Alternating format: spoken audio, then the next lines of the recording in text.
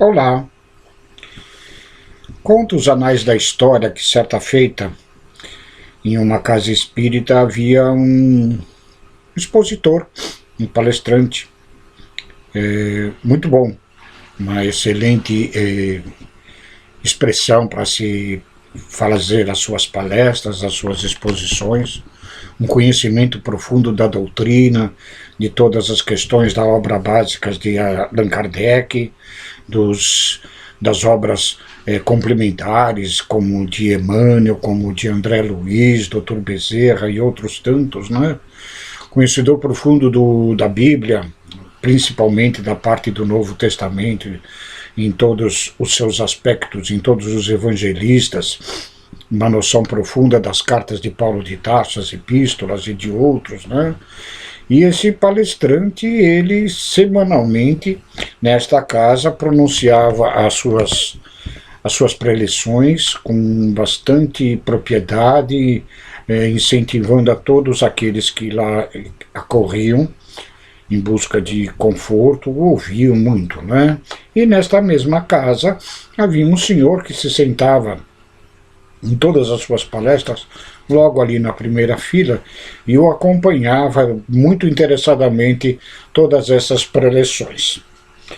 O tempo passa, o nosso amigo expositor continua se aperfeiçoando, ele inclusive dá aulas de aprendizes do Evangelho, e com o tempo passando, aquele senhor que o acompanhava semanalmente em suas palestras deixa de comparecer, e o grupo de espírita daquela casa vem a saber que ele veio desencarnar. Fazem uma prece, uma vibração por aquele senhor, que era um frequentador assíduo, ok? E transcorre-se as semanas, os meses, que se transformam em anos, o nosso palestrante vai envelhecendo também, e em dado momento ele vem a desencarnar igualmente. E, até pelas suas condições de conhecimento profundo do Evangelho e da própria doutrina espírita, né, ele é acolhido com muito carinho em colônias do plano espiritual, é recebido com muito amor por seus entes queridos, aqueles que o precederam na Terra, seus parentes, seus amigos, né, seus familiares. E dado, depois de algum tempo de recuperação desta sua passagem da vida corpórea para a vida espiritual, ele, pelos seus méritos, ele recebe uma permissão, um convite para visitar as esferas colônias espirituais mais acima, mais elevadas, ok? Ele estava numa dessas colônias como a de Nosso Lar, que são praticamente intermediárias entre o plano da Terra e o plano espiritual elevado, mas ele, por suas condições da última encarnação, ele recebe essa permissão para ir visitar planos mais elevados e trazer novos aprendizados ao seu próprio processo evolutivo.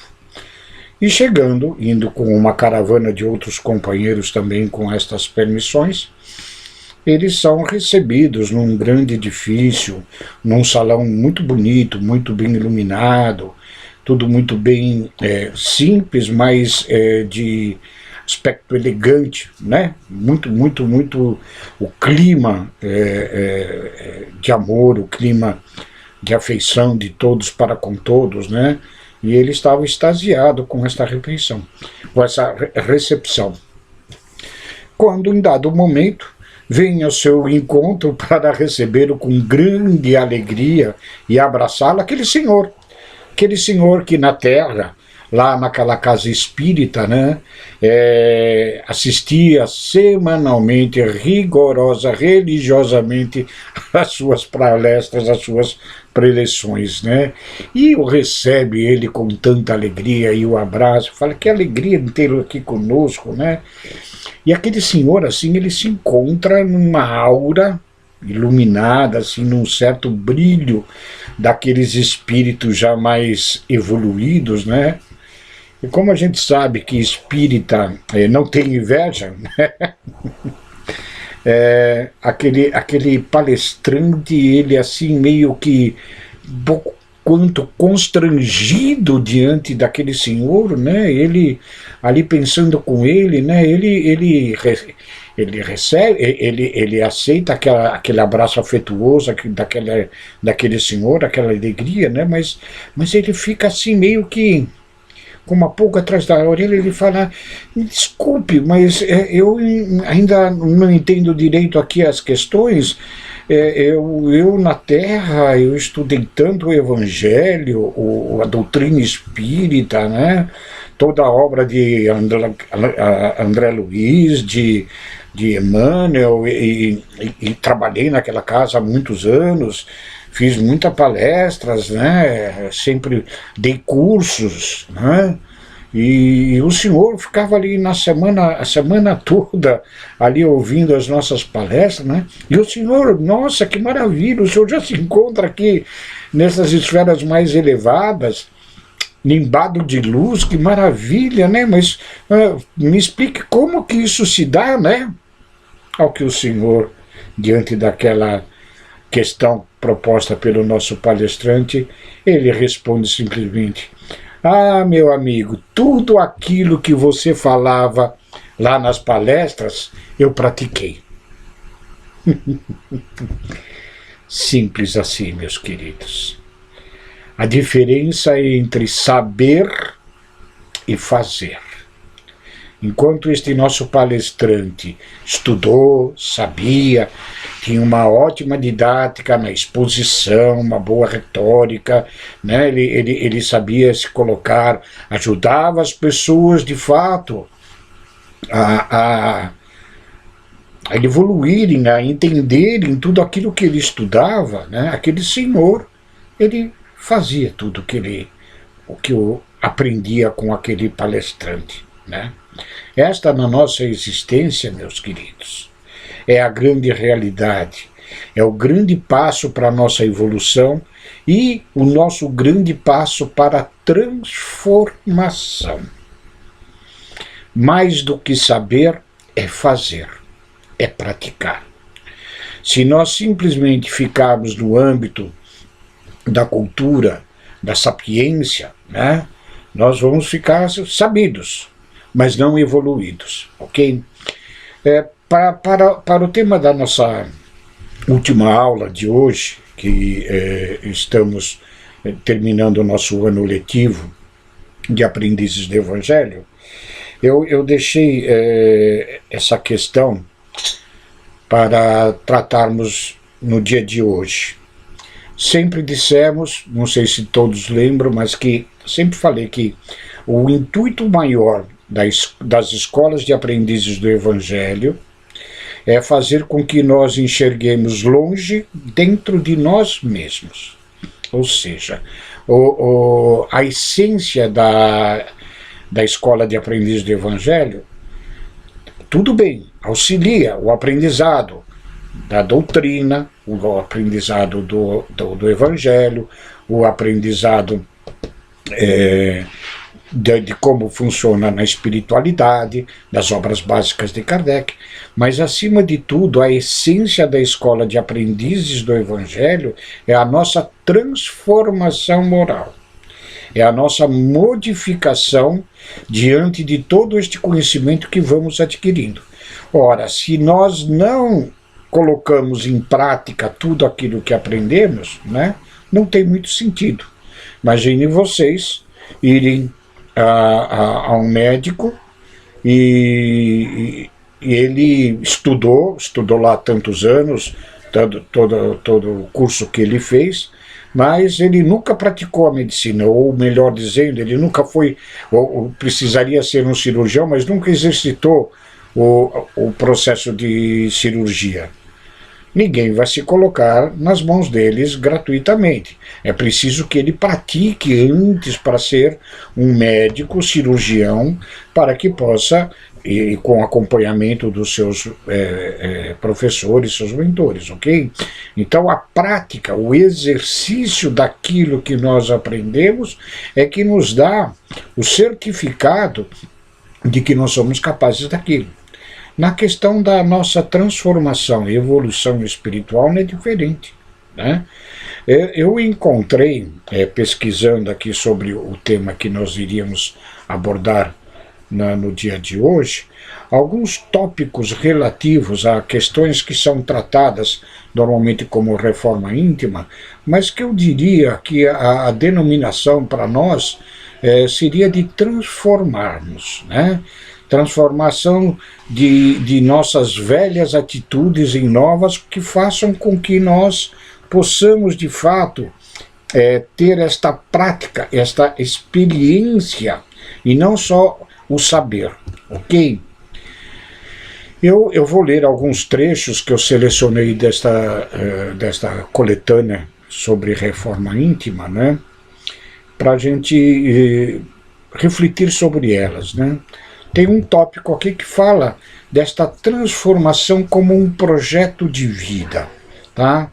E aí esta coletânea tem um pequeno parágrafo que diz o seguinte: uma semana na Terra é composta por 10.080 minutos, 7 dias em termos transformados em minutos, 10.080 minutos. Se a gente tomar por base que uma atividade espiritual normal numa casa espírita tem em média aí algo em torno de 90 minutos, principalmente para aqueles que não são só frequentadores, mas aqueles que atuam também na casa espírita, né? Então são 90 minutos. E que mediamente um trabalhador, um frequentador, faz na casa espírita 3 vezes por semana. Então nós temos aí na semana 270 minutos de preparação espiritual. Isso corresponde a menos de 3% dos minutos da nossa semana toda, ok? Ora, se nós vamos dedicar o nosso tempo de transformação tão somente no momento em que nós vamos a uma casa espírita ou uma casa religiosa de outras escolas, né, o que quer que seja, é muito pouco para o nosso processo de transformação, do nosso processo de prática, de melhoria e avanço espiritual. Até porque quando nas casas espíritas nós nos transformamos em pessoas relativamente educadas, relativamente boazinhas, né? Mas portões afora, principalmente quando pegamos o nosso veículo e colocamos-nos no trânsito, né? Dificilmente mantemos aquela aura de espíritos bonzinhos, né? Então, este primeiro tópico desta coletânea nos chama a atenção para que nós nos dediquemos muito mais do que este simples 3% do nosso tempo no processo de transformação espiritual. Tá? Nós temos que nos conscientizar de que um processo de transformação ele tem que levar no mínimo 89, 90, 95% do nosso tempo, né, juntamente com as coisas que temos que tratar do mundo. Nossas relações com a família, nós temos que estar mostrando essa nossa transformação espiritual. As nossas relações de trabalho junto de companheiros, pares, superiores, inferiores, subordinados, né? Inferiores no sentido de serem subordinados a um cargo de comando que possamos ter, ou se somos subalternos, né? As nossas relações do trabalho, as nossas relações de amizade, as nossas relações no lazer. Todas estas relações, elas têm que ser pautadas com todo o embasamento que nós temos naqueles 3 minutos de convivência com um plano espiritual maior, nas nossas casas de aprendizado religioso, para que nós o pratiquemos fora daquelas casas. Ser espírita bonzinho, ser uma pessoa boa dentro de uma escola religiosa é fácil. O importante é, a nossa transformação é ser em todo o tempo, ok? Um outro item que se denomina dores do martírio, né? O martírio as dores da transformação. Toda transformação implica em mudanças, implica em deixar zonas de conforto, deixar áreas da nossa concepção espiritual mais afetadas, né, fazendo com quem esteja fazendo esta transformação, essa modificação. E esse trecho diz o seguinte: quem está na reforma interior tem um referencial fundamental para se autoanalisar ao longo da caminhada educativa. Olhem só, nós temos que ter essa referência para a autoanálise nossa nesse processo. É um termômetro das almas que se aprimoram, e inevitavelmente quem se renova alcança a maior conquista das pessoas livres e felizes. Qual é este termômetro? O prazer de viver. Olha que maravilha, o prazer de viver. Esse termômetro vai nos fazer com que nós nos coloquemos no processo de transformações com as dores que são inerentes a este processo, mas com felicidade, com serenidade, com tranquilidade. Todo o processo de transformação nos leva a embates necessários, deixando coisas velhas e adquirindo coisas novas. Muitas vezes as coisas velhas nós ainda estamos a elas arraigados. Ética de transformação. Aí diz o seguinte: para elevar o homem ao aprimoramento, o autodescobrimento exige uma nova ética nas relações consigo próprio e com a própria vida. É a ética da transformação, sem a qual a incursão no mundo íntimo pode estacionar em mera atitude de devassar a subconsciência sem propósito de mudança para melhor. Ou seja, quando nós entramos nesse processo de transformação, esta ética de transformação, ela tem que ser respeitada para que nós não simplesmente coloquemos, como dizia aí a nossa pequena historieta, né, de ficarmos no limiar do saber e não adentrar na prática, na transformação propriamente dita. Naqueles 3% de minutos semanais que nós adentramos ao estudo do que é a nossa espiritualidade, fora daqueles 3%, os outros 90 e tantos por cento, nós devemos colocá-los em prática. Agir como aquele senhor. Tudo que você me ensinava, eu praticava. Esta é a realidade do processo de transformação de todos nós. Sábia providência, o outro tópico.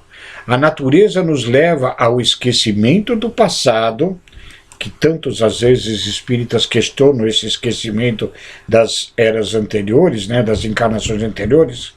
O esquecimento do passado exatamente para aprendermos a descobrir em nosso mundo interior as razões profundas dos nossos procedimentos através de análise dos pendores e impulsos.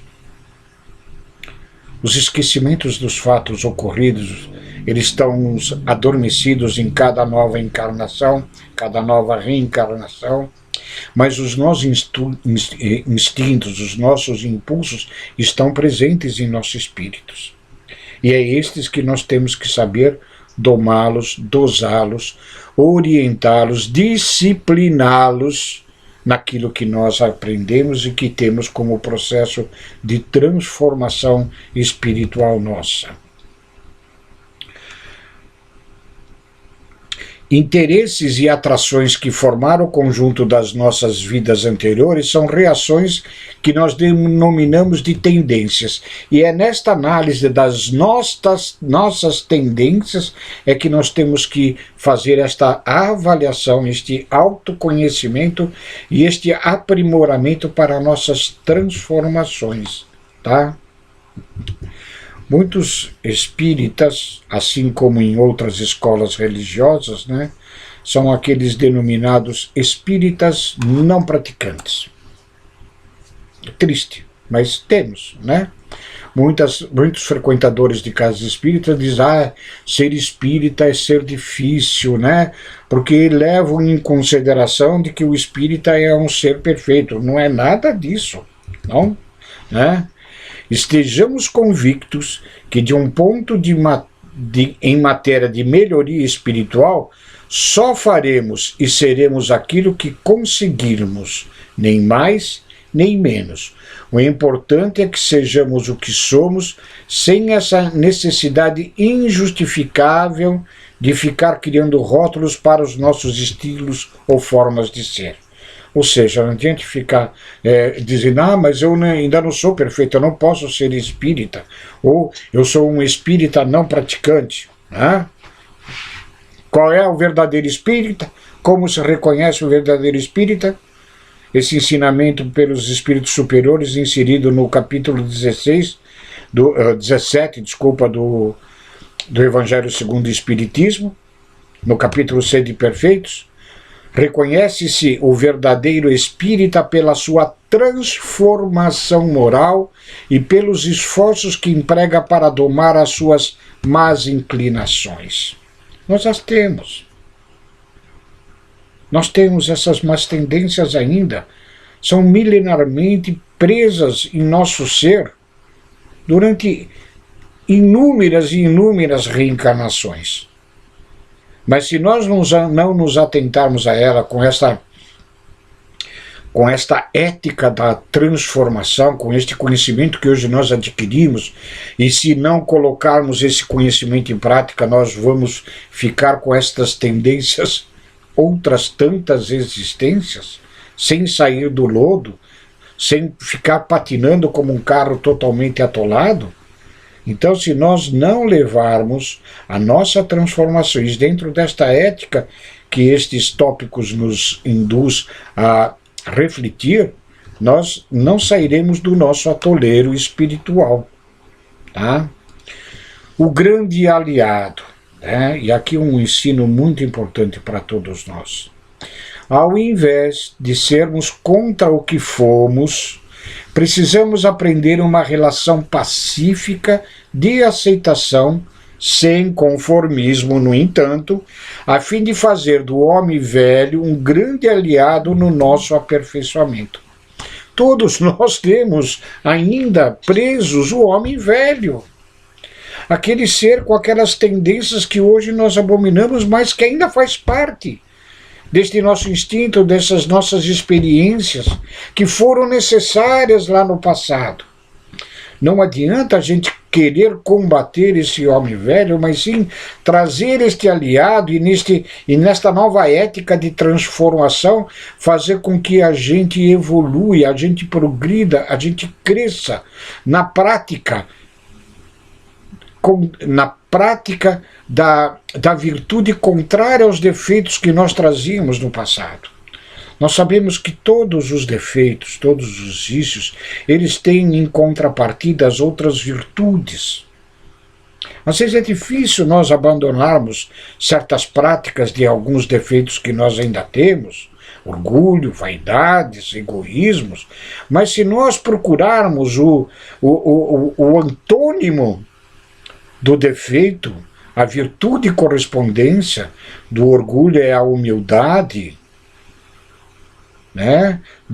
Do egoísmo é a caridade. Se nós começarmos a praticar estas virtudes, ainda que paulatinamente, aos poucos, assim como nós incorporamos defeitos no homem velho, nós incorporaremos virtudes no homem novo. É preciso que nós saibamos lidar com este homem velho para podermos nos conhecer e fazer a transformação indispensável. E aqui ainda sobre o homem velho, a meditação da amizade com o homem velho, uma chamada de atenção.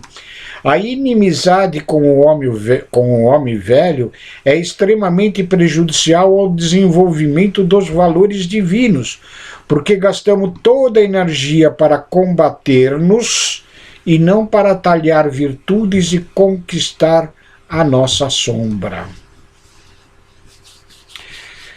Faz parte do nosso processo divino evolutivo os defeitos que hoje nós carregamos, que foram milenarmente utilizados por nós, mas se nós não o modificamos agora, nós permaneceremos diversas outras encarnações da mesma forma.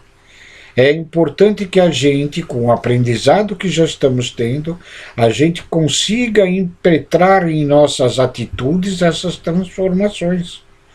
E isso não se faz naqueles 3% do tempo de uma semana, dentro de uma casa religiosa. Isso se faz no dia a dia, momento a momento, em todos os ambientes em que nós frequentamos. O diálogo sobre a ilusão.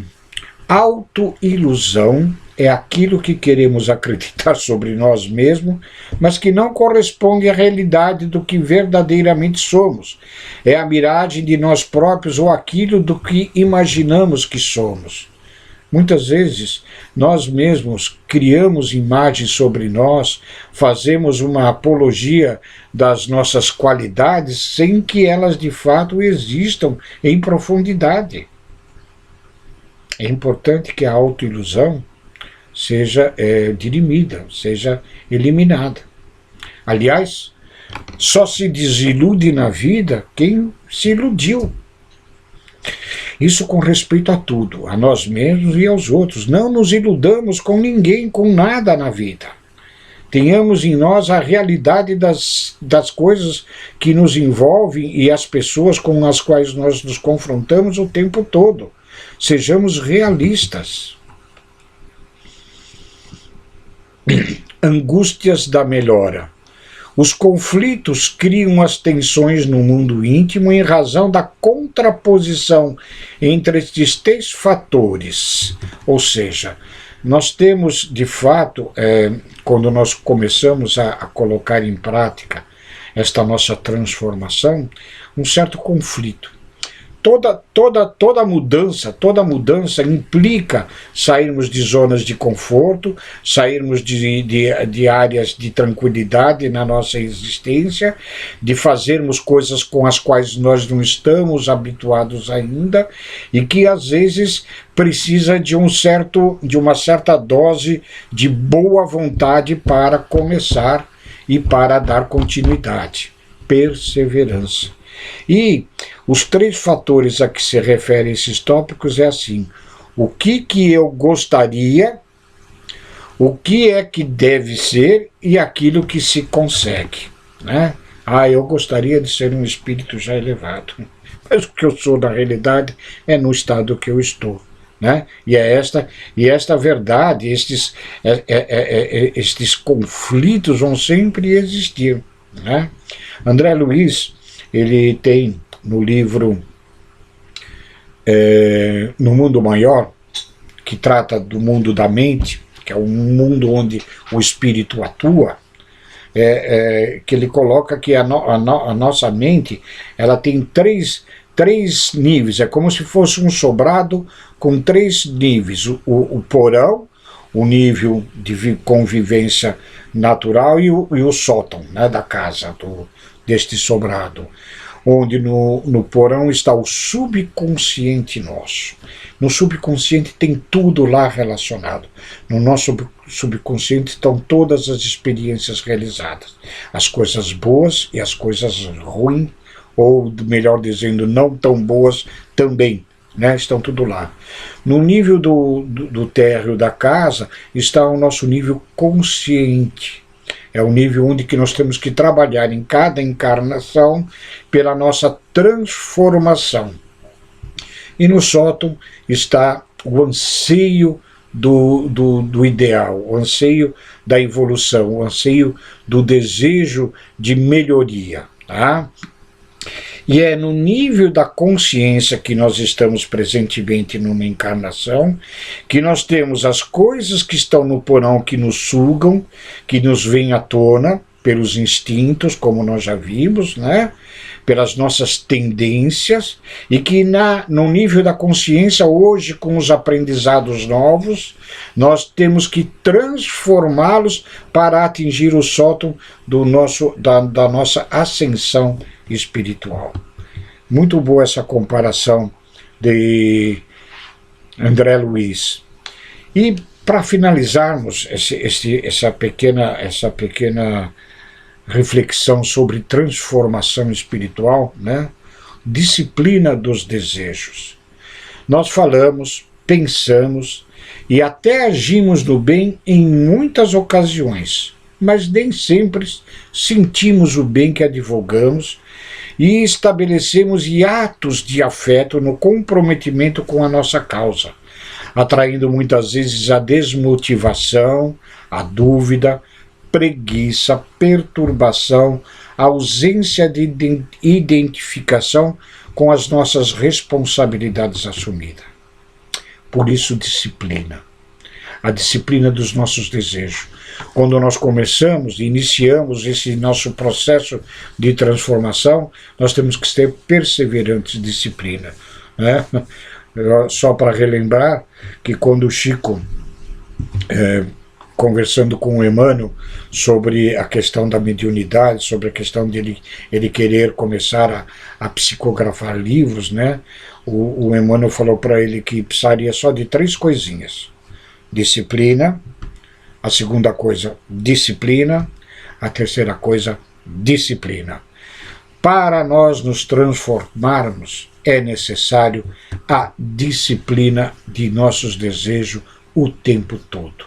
Porque nós sabemos muito bem que nós queremos ser bons, queremos evoluir, queremos agir sempre no bem, mas há ainda aquelas tendências antigas nossas, do velho homem, na qual nós estamos exatamente fazendo esta transformação, né?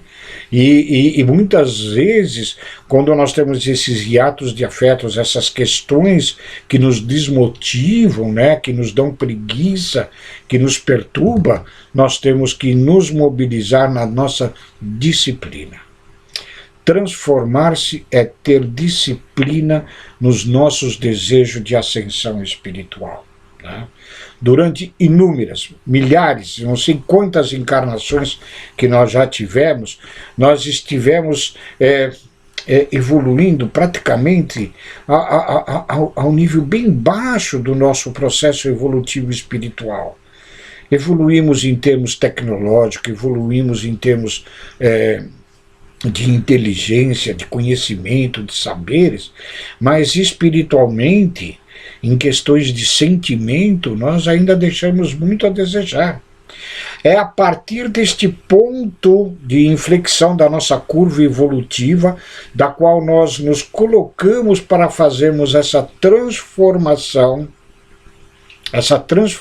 espiritual, é que o nosso processo de evolução de sentimento vai crescer numa exponencial, vamos assim dizer. É imprescindível que nós saibamos que estamos no limiar de uma nova era, na qual na Terra herdarão aqueles espíritos pacíficos, aqueles que estão neste processo de transformação, de dominar as suas más tendências. Não será um planeta de espíritos perfeitos, isso aqui ainda estamos longe, mas será um planeta de espíritos induzidos à perfeição, com o seu processo de transformação consciente, e não induzido por dores, por sofrimentos, mas pela alegria de viver e viver bem. Estejamos convictos disso, de que tudo aquilo que nós hoje enfrentamos na nossa existência, enfrentemos com amor, com responsabilidade, com disciplina, pois só assim nós conseguiremos evoluir.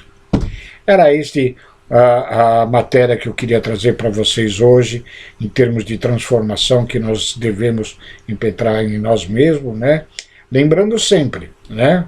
Como dissemos logo no começo desses lembretes sobre a reforma íntima, né? Que as nossas vivências em termos de aprendizado de evolução espiritual, se só frequentamos as casas religiosas, representa 3% do nosso tempo total da semana. temos que aplicar muito mais tempo na nossa prática de transformação, no dia a dia, hora a hora, minuto a minuto, a todos os instantes, em todos os ambientes, com todas as pessoas que nós estejamos nos relacionando. Era só o que nós tínhamos para hoje. Fiquem com Deus e um beijo a todos. Muito obrigado.